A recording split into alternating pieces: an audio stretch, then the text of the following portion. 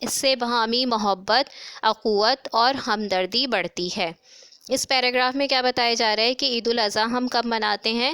ذی الحج کی 10 تاریخ کو مناتے ہیں، اور یہ کس کی یاد میں مناتے ہیں؟ حضرت ابراہیم علیہ السلام اور حضرت اسماعیل علیہ السلام کی یاد میں یہ عید منائی جاتی ہے۔ اضحیٰ کے معنی قربانی کے ہیں۔ عید الاضحیٰ کو قربانی کی عید، بقرعید اور بڑی عید کے نام سے یاد کیا جاتا ہے، یعنی اس کے یہ 3 نام ہیں۔ اس تہوار کا پس منظر کیا ہے کہ حضرت ابراہیم علیہ السلام نے اللہ تعالیٰ کے حکم کی اطاعت کرتے ہوئے اپنے پیارے بیٹے حضرت اسماعیل علیہ السلام کو قربانی کے لیے پیش کر دیا تھا، اور انہی کی یاد میں ہم یہ دن مناتے ہیں۔ ایک دفعہ صحابہ کرام نے نبی کریم صلی اللہ علیہ وآلہ وسلم سے پوچھا، یہ قربانی کیا ہے؟ آپ صلی اللہ علیہ وآلہ وسلم نے جواب دیا کہ یہ تمہارے باپ حضرت ابراہیم علیہ السلام کی قربانی کی یاد میں مناتے ہیں۔ صحابہ کرام نے پوچھا، ہمیں اس کے بدلے میں کیا ملے گا؟ تو آپ صلی اللہ علیہ وآلہ وسلم نے فرمایا کہ جانور کے ہر بال کے بدلے میں ایک نیکی ملے گی۔ اس کے بعد آپ دیکھیں گے ہیڈنگ ہے عیدین کے آداب۔ عید کی نماز کے لیے غسل کرنا، صاف اور اچھے کپڑے پہننا اور خوشبو لگانا سنت ہے۔ عیدین کی نماز کے لیے جاتے اور آتے وقت یہ تکبیریں پڑھی جاتی ہیں: اللہ سب سے بڑا ہے، اللہ سب سے بڑا ہے، اللہ کے سوا کوئی عبادت کے لائق نہیں، اور اللہ سب سے بڑا ہے، اللہ سب سے بڑا ہے، تمام تعریفیں اللہ ہی کے لیے ہیں۔ عیدگاہ کی طرف جانے اور واپسی کے لیے الگ الگ راستے اختیار کیے جاتے ہیں۔ عیدین کی نماز سورج طلوع ہونے اور خوب روشن ہونے کے بعد ادا کی جاتی ہے۔ اس میں 2 رکعتیں ہوتی ہیں، اور اس میں عام نماز سے کچھ زائد تکبیریں ادا کی جاتی ہیں۔ عیدین کی نماز کے بعد امام خطبہ دیتا ہے، جس میں اللہ تعالیٰ کی حمد و ثنا اور حضور صلی اللہ علیہ وآلہ وسلم پر درود و سلام پڑھنے کے بعد اسلامی اخوت، ہمدردی اور قربانی کا درس دیا جاتا ہے۔ اچھے اعمال اور خوف خدا کی تلقین کی جاتی ہے۔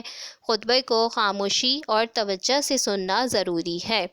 اب عیدین کے کیا آداب ہیں؟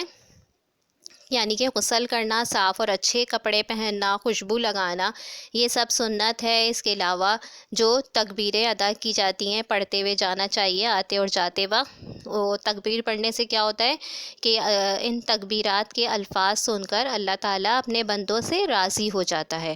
اس کے علاوہ جانے اور آنے کے لیے الگ الگ راستے اختیار کرنے چاہیے، یہ بھی نبی کریم صلی اللہ علیہ وآلہ وسلم کی سنت ہے۔ اس کے علاوہ خطبے کو خاموشی سے سننا چاہیے اور توجہ سے سننا چاہیے۔ اس کے بعد ہے ہیڈنگ ہماری عیدین کی معاشرتی اہمیت۔ عیدین کی بڑی معاشرتی اہمیت ہے، اس لیے کہ 5 وقتہ نماز میں صرف ایک محلے کے مسلمان آپس میں ملتے ہیں۔ نماز جمعہ میں ایک محلے سے زیادہ یا پورے شہر کے مسلمان آپس میں ملتے ہیں، جبکہ اب آپ دیکھیں گے پیج نمبر 22 کے اوپر، جبکہ عیدین کی نماز میں محلے، شہر، آس پاس کے مسلمانوں کا ایک بہت بڑا اجتماع ہوتا ہے، جہاں مسلمانوں کے اتحاد، نظم و ضبط اور افرادی قوت کا مظاہرہ ہوتا ہے، وہاں آپس میں محبت، الفت اور ہمدردی کا بھی اظہار ہوتا ہے۔ عیدین کے موقع پر سب مرد، خواتین، بچے اور بوڑھے صاف ستھرا لباس پہنتے ہیں اور ایک دوسرے کے ساتھ مصافحہ کرتے ہیں اور گلے ملتے ہیں، جس سے ان کی خوشیاں دوبالا ہو جاتی ہیں۔ اسلام کے حکم کے مطابق صاحب حیثیت مسلمان فطرانہ ادا کرتے ہیں اور قربانی کرتے ہیں، جس سے غریبوں اور ناداروں کی مالی معاونت ہوتی ہے۔ اس طرح امیر غریب سب خوشیوں میں شریک ہو کر اخوت اور بھائی چارے کی عمدہ مثال پیش کرتے ہیں۔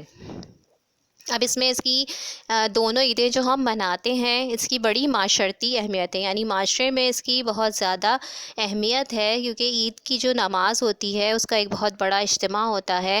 محلے کی بڑی مسجد میں نماز ادا کی جاتی ہے۔ عید کی نماز کے بعد مسلمان گلے ملتے ہیں، ایک دوسرے سے مصافحہ کرتے ہیں۔ اس طرح سے کیا ہوتا ہے، ہر قسم کی نفرتوں اور رنجشوں کو وہ ختم کر دیتے ہیں۔ اس کے علاوہ جو ہم لوگ جو نمازیں ہوتی ہیں جو پڑھتے ہیں، اس کے بعد عید کی نماز کے بعد کیا ہوتا ہے کہ سب ایک دوسرے کے ساتھ جب ملتے ہیں تو محبت اور الفت کا اظہار ہوتا ہے۔ اس کے علاوہ آپس میں اتحاد اور اتفاق بھی نظر آ رہا ہوتا ہے۔ اللہ نے معاشرے کے ہر فرد کے لیے خوشیاں رکھی ہیں، اس لیے صاحب حیثیت لوگوں کو یہ کہا گیا ہے یا ترغیب دی گئی ہے کہ وہ غریبوں اور محتاجوں کو فطرانہ اور قربانی کا گوشت دیں، تاکہ غریب لوگ بھی ان خوشیوں میں شریک ہو سکیں اور اپنی خوشیاں منا سکیں۔ تو یہ ہے ہمارا چیپٹر نماز جمعہ و عیدین کی کا تعارف اور اس کی اہمیت۔ امید کرتی ہوں آپ کو یہ سب سمجھ آ گیا ہوگا۔ اپنا سب خیال رکھیں گے۔ اللہ حافظ۔